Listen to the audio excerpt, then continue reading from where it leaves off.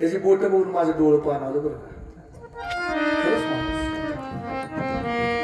जावे ज्याची वंशी तेव्हा काही आज लोकांना सहज वाटतं काय कीर्तन काय काय काय असतं दोन एवढं सोपं नाही बाबा, एवढं सोपं नाही बरं का. खरंच नाही सोपं. आता पक्वाजाला पक्वाज वाजवताय ना पक्वाजाला का तर बोट फुटलीच होतीची त्याने चिकट टेपलावलाय बोटाला बघा तुम्ही.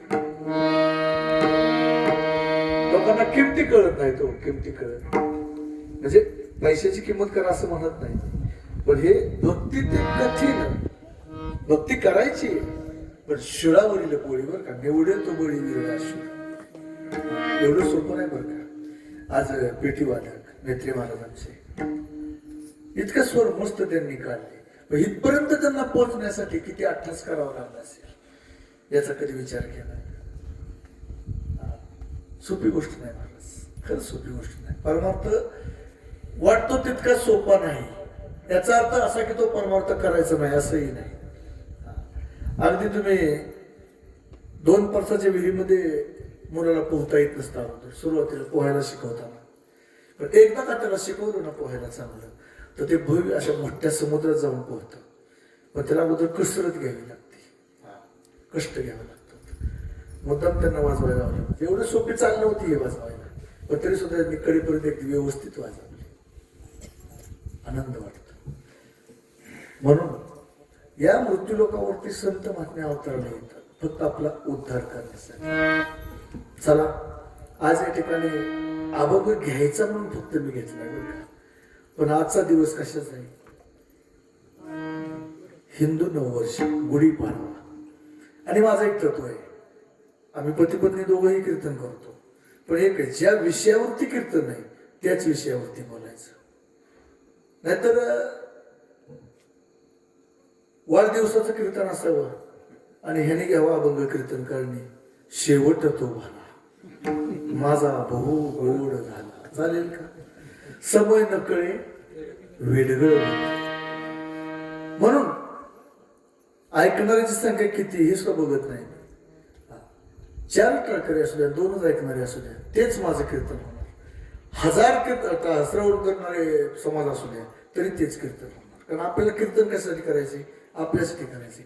याच्यामध्ये तुम्हाला मी खरं सांगतो कीर्तन कशासाठी भजन प्रवचन कशासाठी हे दुसऱ्यासाठी नाही बरं का नाही हे आपल्या स्वतःसाठी. कसं मी कीर्तन करतोय नाही तर मी माझा उद्धार कसा होईल याचा विचार डोक्यामध्ये आणायचा असतो. तुम्हाला काय चांगलं वाटेल आणि ते तुम्हाला चांगलं वाटेल ते मी तुम्हाला द्यायचो आणि मग तुम्ही टाळ्या वाजवायच्या याच्यामध्ये उद्धार नाही.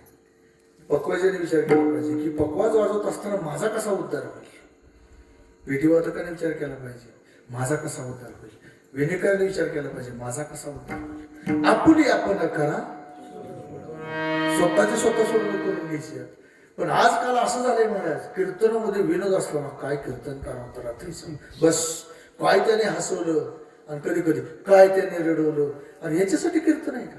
कीर्तन हे उद्धाराचं साधन आहे.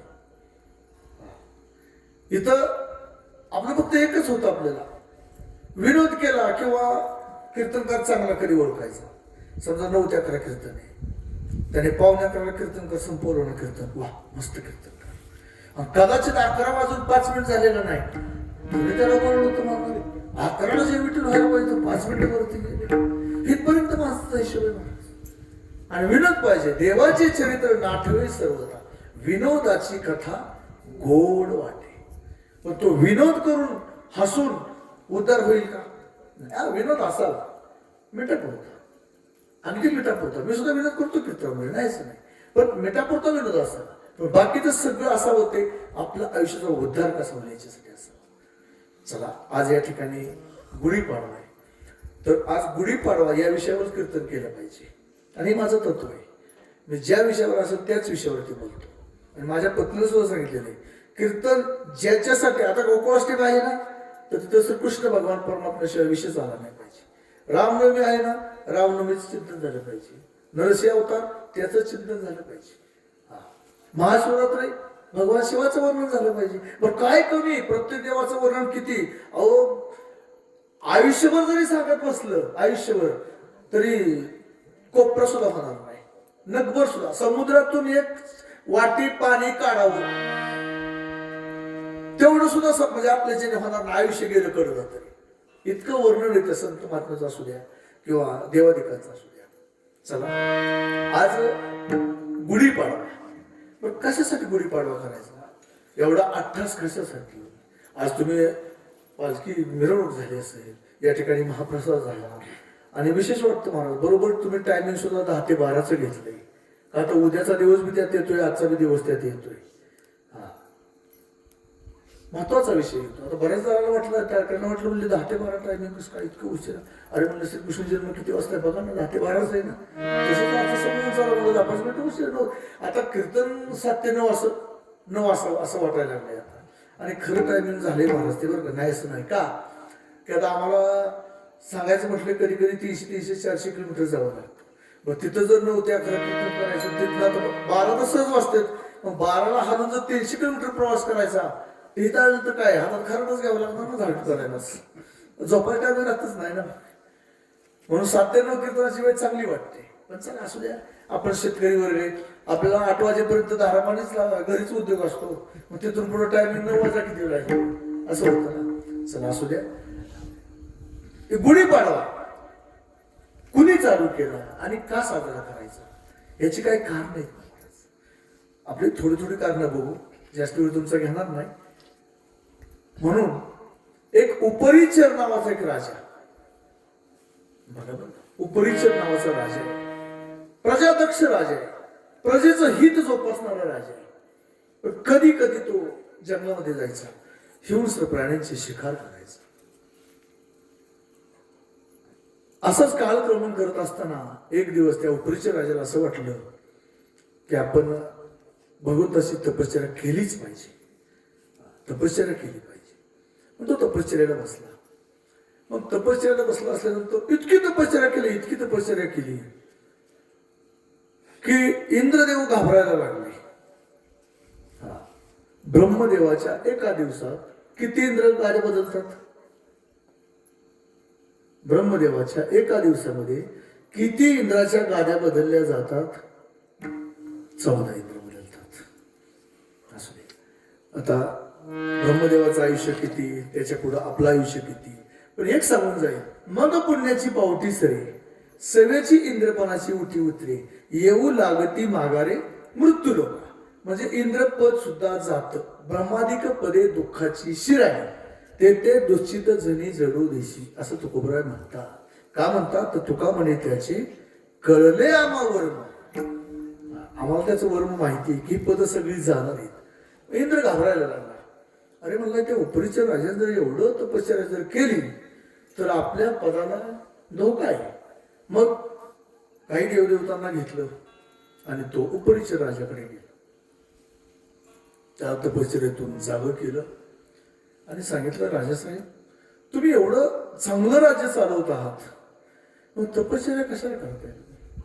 अहो चांगल्या एखाद्या देशामध्ये जावा आणि त्या ठिकाणी आणखीन चांगलं राज्य करा. चेदी नावाचा एक देश होता, त्या ठिकाणी जाऊन तुम्ही राज्य करा. त्या ठिकाणी फल पुष्प झाडी सगळं काही चांगलं आहे, मग त्या ठिकाणी जाऊन तुम्ही राज्य करा. मग शेवटी इंद्राने त्याला सांगितलं आणि त्या उपरच्या राजाने ऐकलं. ठीक आहे म्हणला इंद्रदेव, मी त्या ठिकाणी जातो, तपश्चर्या मी बंद करतो. मग ते दोघांचे अगदी सख्यत्व असं मित्रत्व होता, नातं झालं दोघांचं, इंद्राचं आणि त्या उपरीच्या राजाचं. झाल्यानंतर आता इंद्र प्रसन्न झाला. इंद्र हा देवाचा राजा आहे.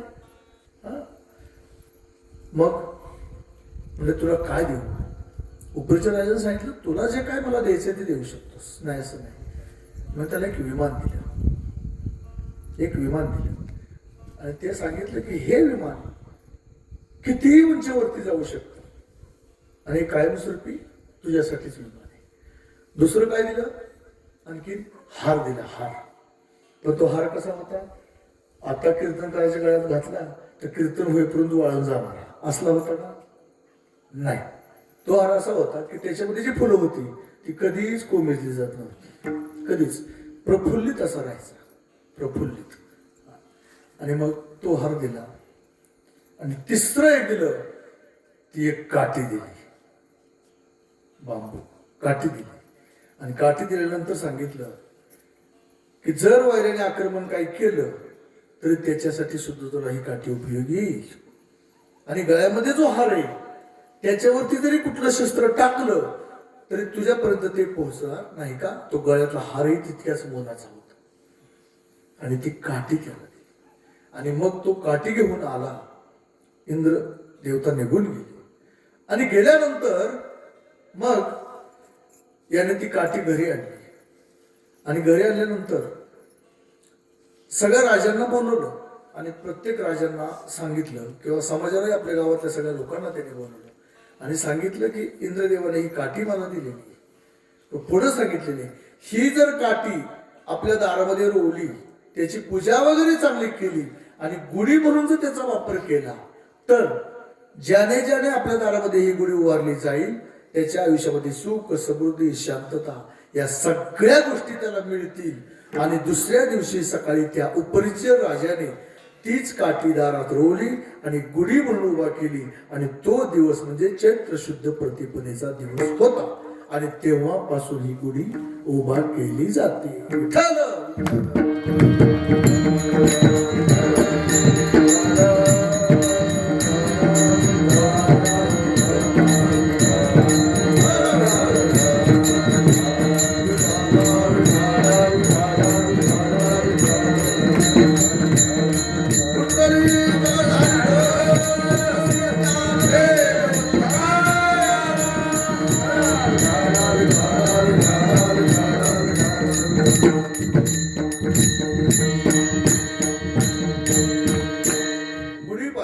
तुम्हाला मी 4 दृष्टांत सांगणार आहे. एकाच गोष्टीमुळे गुढी उभा केली जाते असं नाही.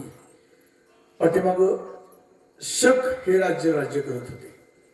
या मृत्यूलोकावरती शक लोक राज्य करत होते पण अमानुष अशा प्रकारचं ते राज्य करायचे. लोकांवरती अन्याय करायचे. आता वास्तविक पाहता हे समाजातील लोकांना आवडत नव्हतं पण पर्याय नव्हता. कोणाचंच काही चालत नव्हतं. मग त्या ठिकाणी त्याच राज्यात एक कुंभाराचा शालिवाहन नावाचा एक मुलगा होता. त्याने काय केलं, त्याने 6000 मातीचे पुतळे तयार केले. 6000 आणि त्याच्यामध्ये जीव उत्पन्न केला आणि जीव उत्पन्न केल्यानंतर त्याने त्या शक लोकांशी युद्ध केलं आणि युद्ध करून त्या शक लोकांना हरवलं आणि हरवल्यानंतर परत तो शालिवाहन या देशावरती राज्य करू लागला. आणि ज्या दिवशी त्यांना हरवलं युद्ध खेळून आणि तो दिवस सुद्धा शालिवाहन म्हणजे चैत्र शुद्ध प्रतिपदेचाच दिवस होता आणि त्यावेळीपासून हे शालिवाहन शक चालू झालेलं आहे. ही दुसरी कथा. आणि तिसरी कथा जर सांगायचं म्हटलं तर आपल्याला 10 अवतार माहित आहेत. कोणते? मत्स्य कच्छ वराह नरसिंह वामन परशुराम राम कृष्ण हरी आणि कलंकी पुढचा 10वा होणारा आहे. आजचा हा 9वा अवतार आपला चालू आहे. त्यापैकी अगदी सुरुवातीचा पहिला अवतार मत्स्य अवतार आणि ज्या दिवशी मत्स्य अवतार घेतला ना महाराज तो सुद्धा शुद्ध प्रतिपदाच चैत्र शुद्ध प्रतिपदाच होती. आता वास्तविक ही गोष्ट तुम्हाला कदाचित माहित असेल किंवा नाही मला माहित नाही पण राजा सत्यव्रत नावाचा राजा राज्य करत होता महाराज या मृत्यू लोकांमध्ये आणि प्रलय येणार होता.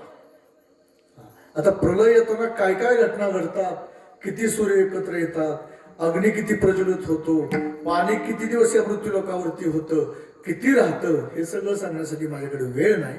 पण प्रलय येणार होता एवढं फक्त मी तुम्हाला सांगतो. आणि प्रलय येणार त्यामुळं आता युग बदलणार. 4 महायुग महाराज, सत्ययुग, त्रेतायुग, द्वापारयुग आणि आता सध्या चालू होते कलियुग. मग त्यावेळेस ब्रह्मदेव झोपले आणि झोपल्यानंतर त्यांच्याकडे जे वेद होते 4 वेद, ऋग्वेद, यजुर्वेद, सामवेद आणि अथर्ववेद, ह्या वेदांची चोरी केली. कुणी चोरी केली आहे का? त्याचं नाव आहे तुम्हाला? थोडंफार तरी माहित पाहिजे ना. बरं आहे, तुम्ही आपलं असंच करत जा. आम्ही सांगत जाईल, तुम्ही ह्या कारणाने ऐकत जा आणि या कारणाने सोडून द्यायचं. आणि समजा जर तुम्ही पाठ केलं तर तोटा कोणाचा होणार आहे? आमचा होणार आहे. महाराज तुम्ही ते काल सांगितलं होतं ना, आज कसं काय सांगताय असं तुम्ही म्हणाल. पण बरं आहे आपलं, तुम्ही पाठ करत नाही ते असं आम्हाला म्हणायचं नाही बरं का. अभ्यास असावा, पाहुणे ग्रंथ करावे कीर्तन. म्हणजे आम्ही जे सांगितलेलं सगळं खरंच आहे का याचा सुद्धा कोणतरी अभ्यास करणार असावा नाही का पाहिजे. हयग्रीव नावाचा राक्षस किंवा अजून नाव एक आठवा लक्षात येईल तुमच्या, जाऊ मी सांगतो, शंकासुर. बरोबर आहे ना? त्या शंकासुराने वेद चोरून नेले आणि वेद चोरून नेल्यानंतर आता आपल्या डोक्यात, आता मी कीर्तन इथं करतोय ठीक आहे, आता जोपर्यंत माझ्या डोक्यामध्ये बुद्धी आहे तोपर्यंत मी कीर्तन तुमच्या पुढे सांगू शकणार. पण समजा माझी बुद्धी जर देवाने काढून घेतली तर मी कीर्तन सांगू शकतो का? नाही सांगू शकत. एखादा गायक आहे, त्या गायकाचा गळ्यातून जर काही आवाज काढून देवाने घेतला परत काय गायन करता येईल का? नाही ना. काल मला वाटतं 4 दिवसापूर्वीच एक पाहुणे आहेत, गायकच होते, आपल्या नाना आहे का त्याचा पाहुणे कोणतरी, तो अतिशय उत्कृष्ट गायक होता महाराज. पण या स्वर्णरेखेला कॅन्सर झाला त्यांची. मी तुम्हाला मागाशी बोललो की इतकी सोपी गोष्ट नाही, इतकी सोपी, म्हणजे प्रत्येक गोष्ट एक खडतर प्रवास असतो या परमार्थामध्ये सुद्धा. म्हणून त्या शंकासुराने ते चोरून नेले. ब्रह्मदेव झोपले होते आणि वेद चोरून नेल्यानंतर जर परत ब्रह्मदेव उठले तरी ते राज्य करू शकत नाहीत. त्यांच्याकडे काम होतं महाराज, पण ते काम करू शकत होते कारण बुद्धी जर काढून नेली, 4 वेद जर निघून गेले, संपलं ना परत, ज्ञानच संपलं. मग आता ते भगवंताला समजलं याच्यावरती आपल्याला काहीतरी करावं लागेल. ते वेद परत आणून दिले पाहिजेत. ठीक आहे, वेद परत आणून द्यायचे ठरलं. मग भगवंताने विचार केला.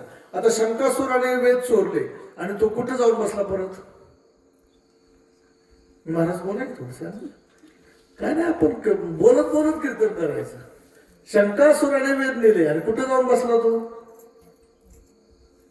हा, बहुतेक तुम्ही जेव्हा दिलं नाही काय काय नाही, मला म्हणलं आम्ही घरनं जेवून येतो, आता परत दुकानाला काय काय माहिती. तुम्हाला सगळ्यांना माहिती, शंकासुराने वेद चोरले आणि समुद्रात जाऊन तळाला जाऊन बसले. का?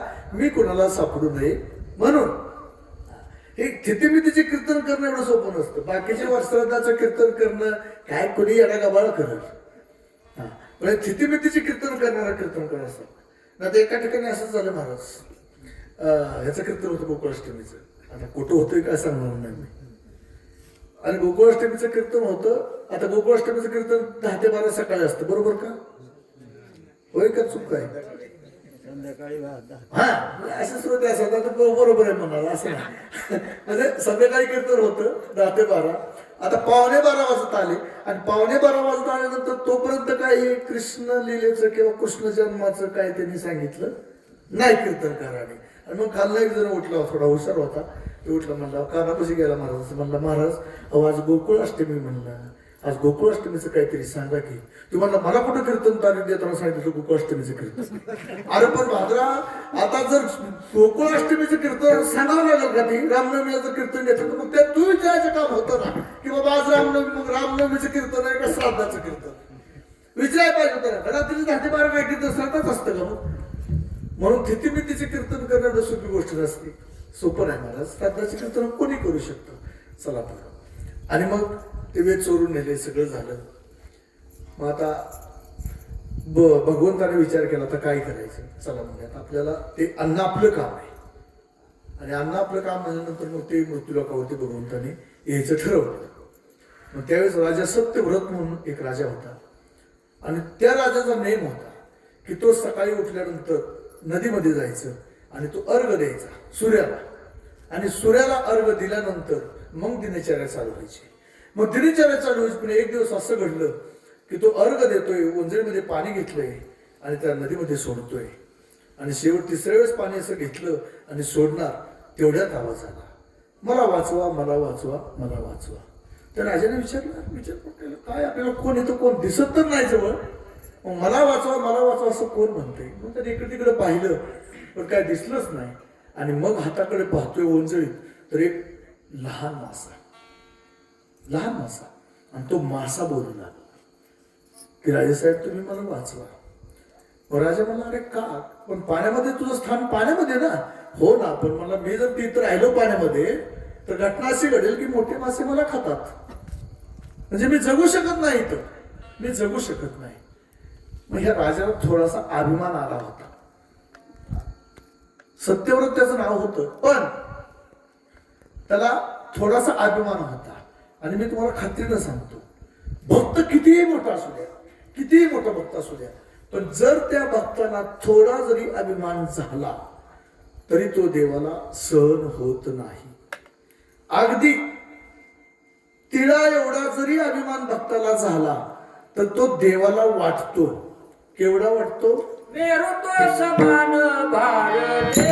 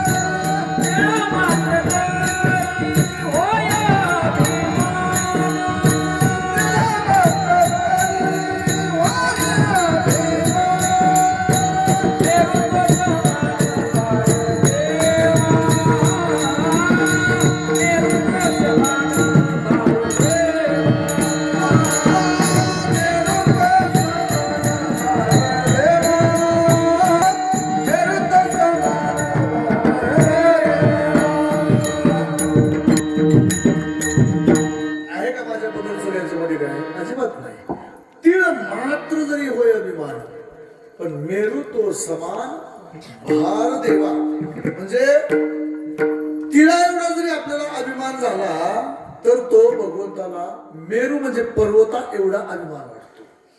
आणि अभिमानी नाडिले तुका म्हणे वाया गेले. म्हणून अभिमान बघा, चक्रे अभिमानाचा करी चेंडा. भगवंत काय करतो? मोह ममता छेदी गदा शंके उद्बोधी निज बोधा निज कमळ सदा निज भक्त पूजी.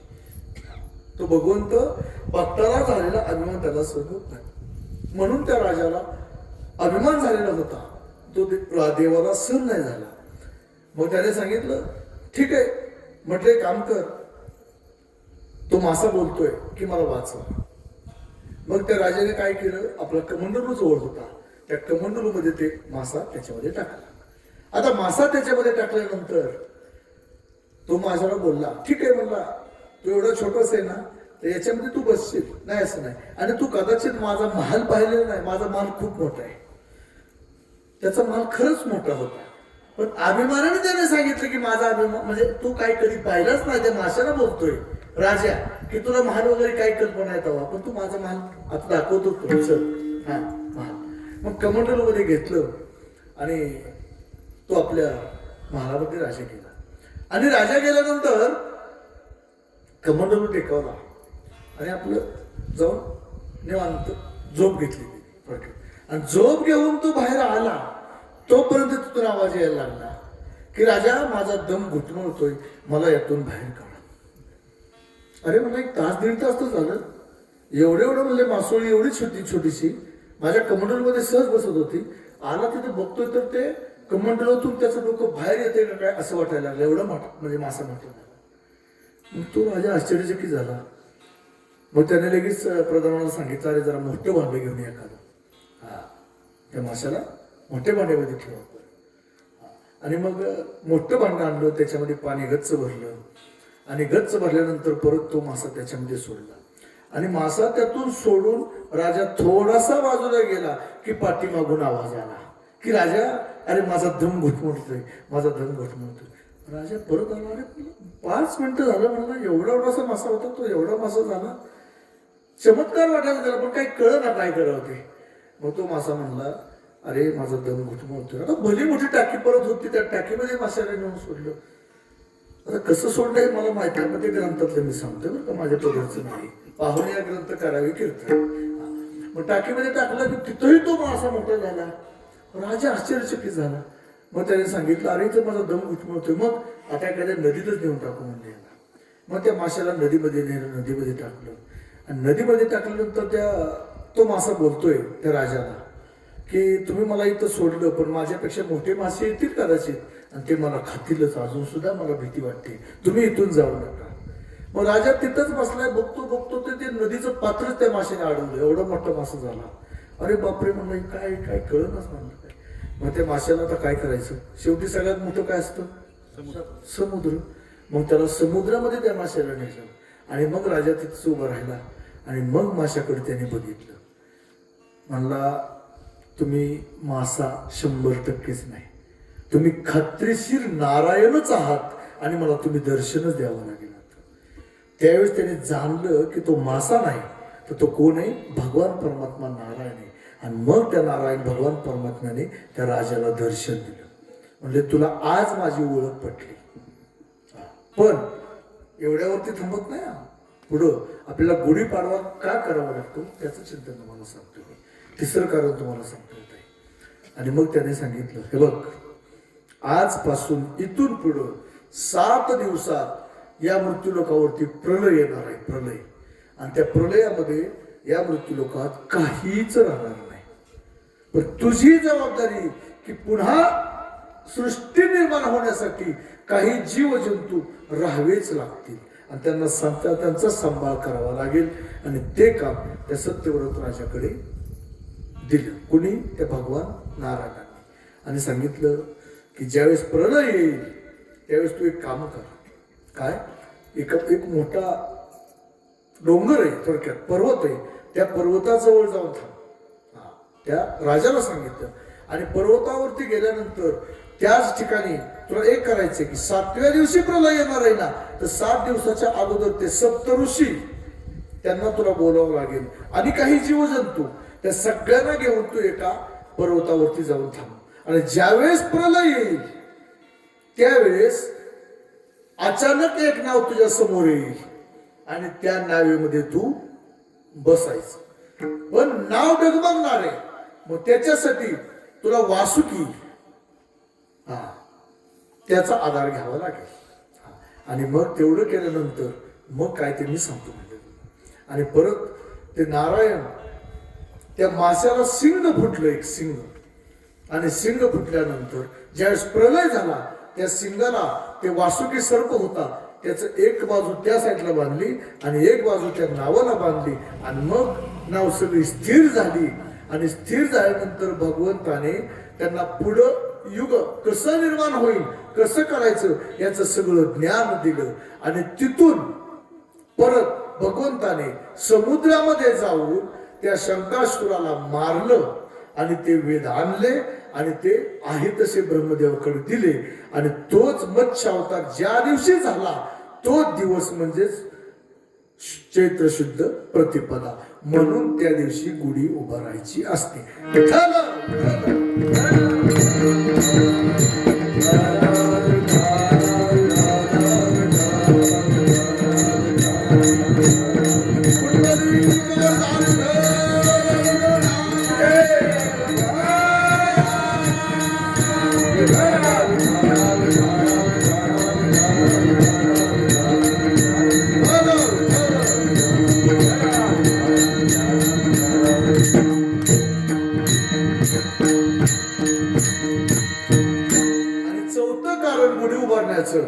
आता बऱ्यापैकी मला वाटतं हे सगळ्यांनाच ज्ञात आहे. आता हे जर अज्ञात नसेल तर त्याला हिंदू सुद्धा म्हणावं का नाही अशी पंचायत होईल. सगळ्याला माहिती आहे. किती वर्षाचा वनवास झाला होता, राईट? तुम्ही उत्तर सांगितलं का नाही? का मी सांगितलं, हे सगळ्यालाच माहिती. 14 वर्षाचा वनवास झाला. आणि 14 वर्षाचा वनवास झाल्यानंतर 14 वर्ष संपली. त्यावेळेस आमचे भरत कुठं होते? नंदीग्राम. त्या दिवशी जर भगवान परमात्मा नाही आलेच तर काय करणार होते? अग्नीमध्ये देहत्याग करणार होते. बरोबर आहे? हे सगळं भगवंताला माहित होतं. भगवंताला येण्यासाठी 5-10 मिनिटं वेळ होता आणि इकडं भरत थांबणार नव्हता. म्हणून त्यांनी एक दूत पाठवला. काय त्यांचं नाव बघा, आठवते का? राम लक्ष्मण जानकी जय बोलो. हा, त्यांना सांगितलं जा म्हणले, मी आलो, एवढा तरी निरोप द्या. आणि नाही निरोप दिला तर माझा भाऊ राहील का? नाही. 5-10 मिनिटं जर वेळ झाला यायला तर जीव देणारा त्यावेळेचा भाव आणि आताचा जीव, वा किती फरक आहे फक्त बघा. अरे सगळं रामायणामध्ये आपल्याला शिकता येईल. सगळं भावाने भावाशी कसं राहावं, जावने जावशी कसं राहावं, सासूने सुनेशी कसं राहावं, मुलाने बापाशी कसं राहावं, बापाने मुलाशी कसं राहावं, आईने मुलाशी कसं वागावं, मुलाने आईशी कसं वागावं.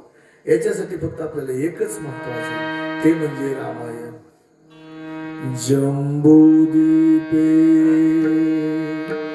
भरत खंडे आर्यावर्ते भारत वर्षिक नगरी विख्यात अयोध्या नाम की यही जन्म भूमि है परम पूज्य श्री राम की. हम कथा सुनाए राम सकल गुण गान की. हे रामायण पुण्य कथा श्री राम की. हे रामायण पुण्य कथा श्री राम की. श्री राम जय राम जय जय राम. श्री राम जय राम जय जय राम.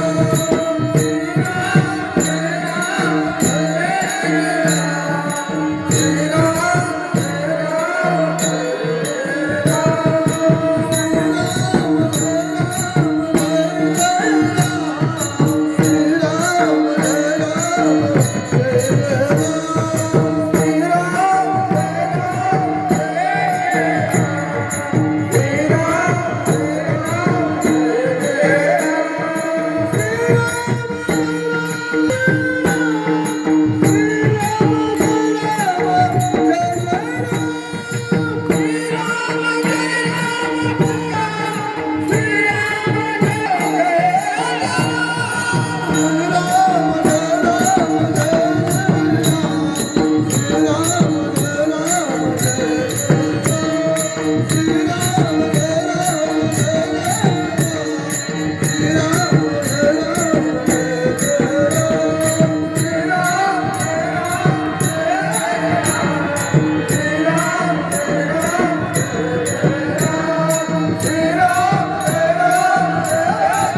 श्री राम जय राम जय जय राम.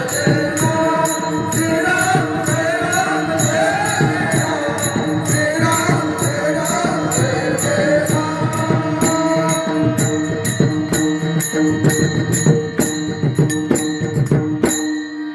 खरं सांगा, हे बंद करू वाटत होतं का?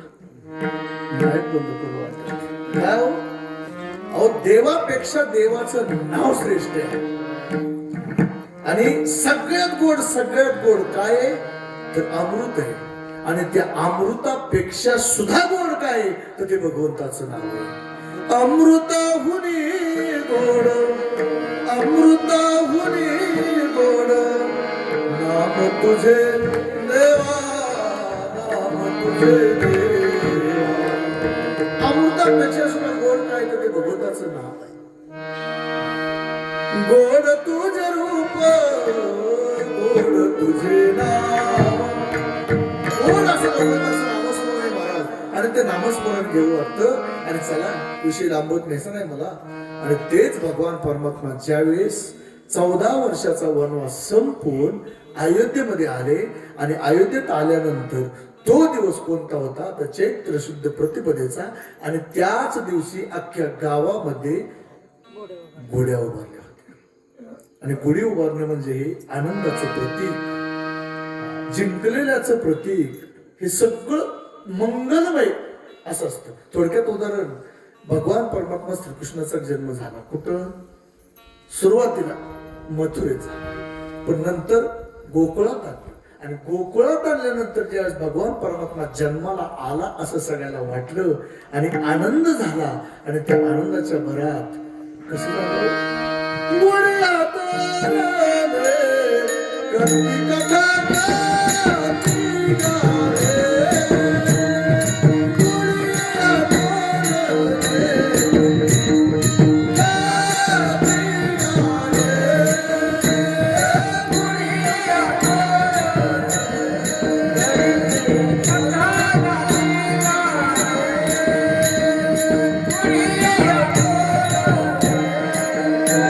गुढ्यात राहिले,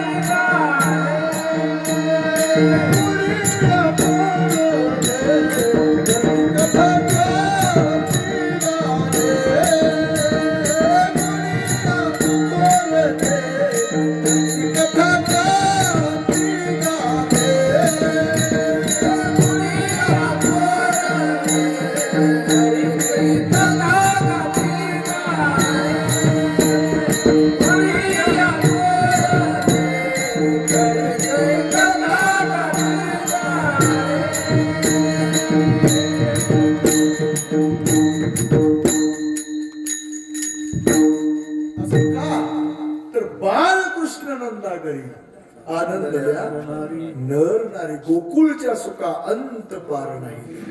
तो भगवान परमात्मा जन्माला आल्यानंतर आनंद झाला आणि त्या आनंदाच्या भरामध्ये गुढिया तोरणे करती कथा गाती गाती. म्हणून बाबांनो, हा हिंदू लोकांचा अगदी हे सगळीकडे गुढी उभारली जाते महाराज. म्हणून आज या ठिकाणी खरंच आनंद वाटतो की वरकुटे या गावामध्ये गुढी पाडव्या निमित्त कीर्तन सेवा आहे. म्हणजे आपलं वर्ष कसं जावं तर भगवत प्राप्तीकडेच आपली वाटचाल असावी. म्हणून तुम्ही जे वाटताय दरवर्षी असं चालतंय, बरोबर ना? दरवर्षी तुम्ही या दिवशी कीर्तन सेवा ठेवताय. खरंच आनंद आहे महाराज. भाग्य तरी नोहे धनपुत्र बारा, निकट वास बरा संताच्या जवळ पाहिजे महाराज. संत संगतीचे काही सांगू सुख. इथं काय घडलं तर फक्त परमार्थच घडेल. म्हणून श्रीमंत तुकोबाराय सांगतात की लागून या पाया विनवितो तुम्हाला, करे टाळी बोला मुखी नाम. मग कोणतं नाम घ्यायचं तर विठ्ठल विठ्ठल म्हणा वेळोवेळा. हा सुख सोहळा स्वर्गी नाही तो बार.